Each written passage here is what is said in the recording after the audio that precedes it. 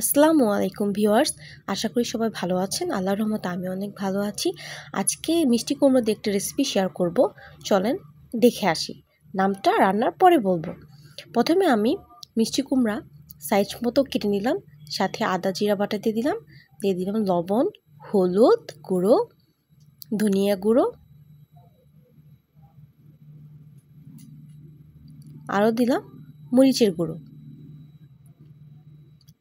সাথে কেটে রাখা কাঁচামরিচের ফালি দিয়ে দিলাম।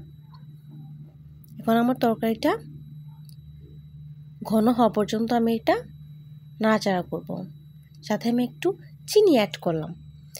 যারা চিনি খান না তারা নাও দিতে পারেন। আর কিছু কিছু মিষ্টি কুমড়া হচ্ছে মিষ্টি থাকে, সেখানে আপনার চিনি না দিলেও চলবে। আমার একটু মিষ্টি ভালো লাগে এই সবজিতে, সেজন্য আমি একটু চিনি অ্যাড করেছি। আমার সবজিটা হয়ে গেছে, মাখা মাখা হয়ে গেছে। আমি এই পর্যায়ে ফোড়ন দিয়ে দিব। আমি এখানে সয়াবিন তেল ইউজ করেছি। দুটো শুকনো মরিচ দিয়ে দিলাম।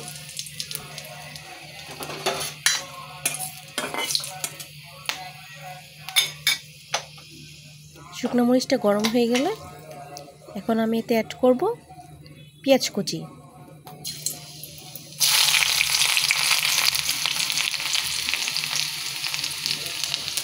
সাথে দিয়ে দিব রসুন কুচি। এখানে আমি একটা তেজপাতা দিয়ে দিব ফ্লেভারের জন্য। এখন আমি এগুলো ব্রাউন কালার হওয়া পর্যন্ত নাড়াচাড়া করব।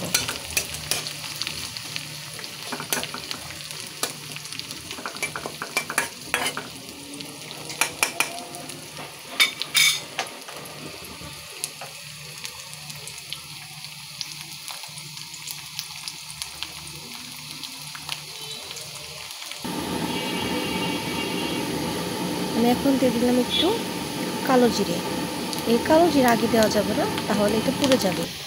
হওয়ার আগে দিতে হবে। তো আমার হয়ে গেছে, এখন আমি ধীরে দিলাম।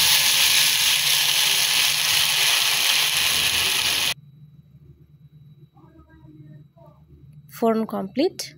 এখন আমি এটা নামিয়ে ফেলবো।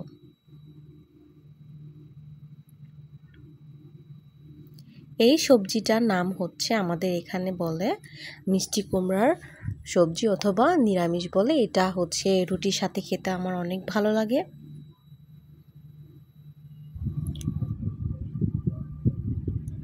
তরকারিটা আমি এই পর্যায়ে হচ্ছে একটু তাপ দেব ঘন হওয়ার জন্য। এই তো আমার সবজিটা ঘন হয়ে আসছে, এখন আমি নামিয়ে ফেলবো। সবজিটা যখন ঠান্ডা হয়ে আসবে তখন এটা আরেকটু আঠালো ভাব চলে আসবে।